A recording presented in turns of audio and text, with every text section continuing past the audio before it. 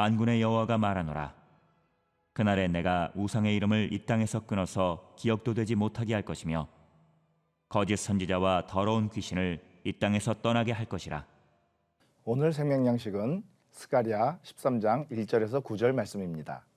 13장 전체인데요. 조금 길지만 함께 보시죠. 그날에 죄와 더러움을 씻는 셈이 다윗의 족속과 예루살렘 주민을 위하여 열리리라. 만군의 여호와가 말하노라.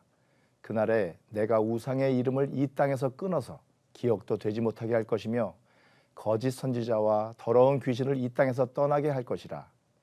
사람이 아직도 예언할 것 같으면 그 낳은 부모가 그에게 이르기를 내가 여호와의 이름을 빙자하여 거짓말을 하니 살지 못하리라 하고 낳은 부모가 그가 예언할 때에 칼로 그를 찌르리라. 그날에 선지자들이 예언할 때에 그 환상을 각기 부끄러워할 것이며 사람을 속이려고 털옷도 입지 아니할 것이며 말하기를 나는 선지자가 아니요 나는 농부라 내가 어려서부터 사람의 종이 되었노라 할 것이요 어떤 사람이 그에게 묻기를 내 두 팔 사이에 있는 상처는 어찌 됨이냐 하면 대답하기를 이는 나의 친구의 집에서 받은 상처라 하리라. 만군의 여호와가 말하노라. 카라 깨어서 내 목자 내 짝된 자를 치라. 목자를 치면 양이 흩어지려니와 작은 자들 위에는 내가 내 손을 들이우리라. 여호와가 말하노라. 이 온 땅에서 3분의 1은 멸망하고 3분의 1은 거기 남으리니 내가 그 3분의 1을 불 가운데에 던져 은같이 연단하며 금같이 시험할 것이라. 그들이 내 이름을 부르리니 내가 들을 것이며 나는 말하기를 이는 내 백성이라 할 것이요 그들은 말하기를 여호와는 내 하나님이시리라 하리라. 자, 이 말씀은 여호와의 날에 있을 일에 대하여 말씀해 주고 있습니다. 이 날에 하나님께서는 우상의 이름, 거짓 선지자, 더러운 귀신을 다 몰아낼 것이라고 하십니다. 한마디로 하나님 앞에 악한 것들은 모두 다 쓸어버리시겠다는 것입니다. 그것도 매우 강하게 말씀하십니다. 혹이라도 계속 예언을 하려는 자들이 있으면 그를 낳은 부모가 그의 죄를 지적하면서 칼로 찔러 죽이게 될 것이라고까지 말씀하고 계시죠.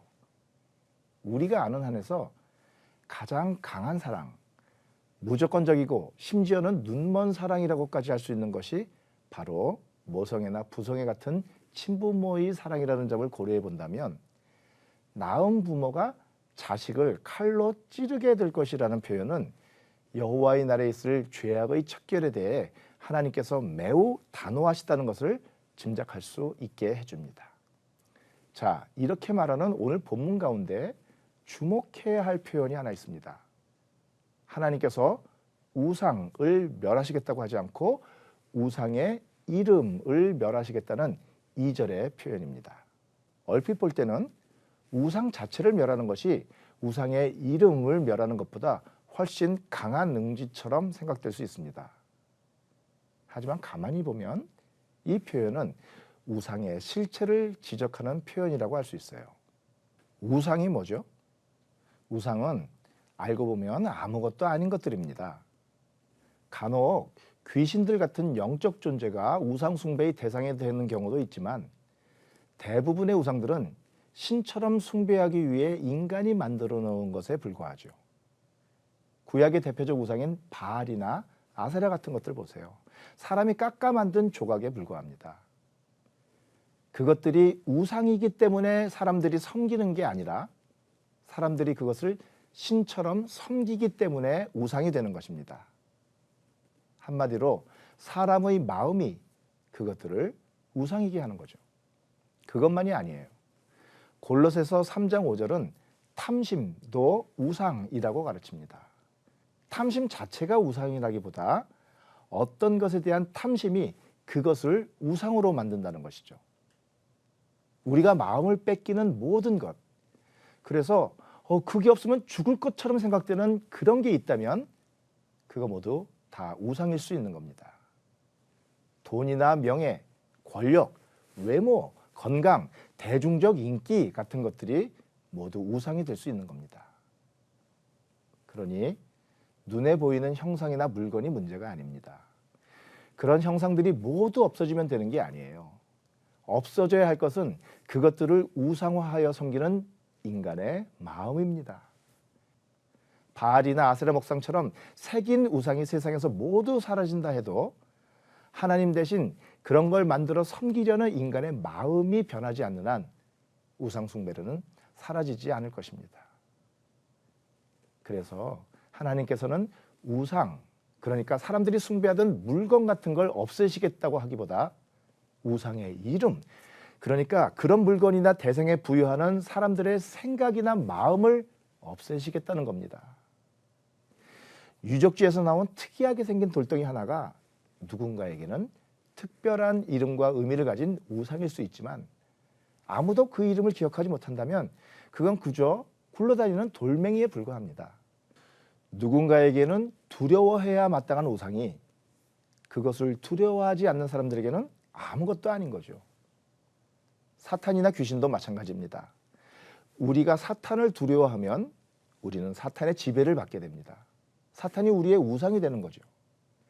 하지만 제 아무리 사탄이라 하더라도 우리가 그에게서 해를 받지는 않을까 두려워하지 않고 오직 예수 그리스도의 이름을 의지하여 그 앞에 당당히 맞서면 만군의 여호와 하나님께서 우리로 하여금 능히 이기고 감당할 수 있게 해주실 것입니다. 우리는 어떻습니까? 우리 주위에 바알도 아세라도 금송아지도 없으니 우리는 우상 숭배에서 자유로울까요? 혹시 우리도 하나님이 아닌 다른 무엇인가에 마음을 빼앗긴 채 그의 얽매인 날들을 보내고 있지는 않습니까? 우리의 중심을 보시는 하나님께서 우리에게 원하시는 것은 바로 우리의 마음입니다. 하나님께서 우리를 한결같이 사랑하신 것처럼 우리의 마음도 오직 하나님께만 매여 오직 하나님의 이름만을 부르고 그 안에서 다른 모든 것에 대해 참 자유를 누리기 바라십니다. 우리 모두 온 몸과 마음을 다해 그리고 우리에게 주어진 모든 순간과 시간들 속에서 여호와는 내 하나님이시라 라고 고백하는 삶을 사십시다. 그래서 하나님으로부터 너는 내 백성이다 라고 인정을 받는 우리 모두가 되시기를 진심으로 바랍니다.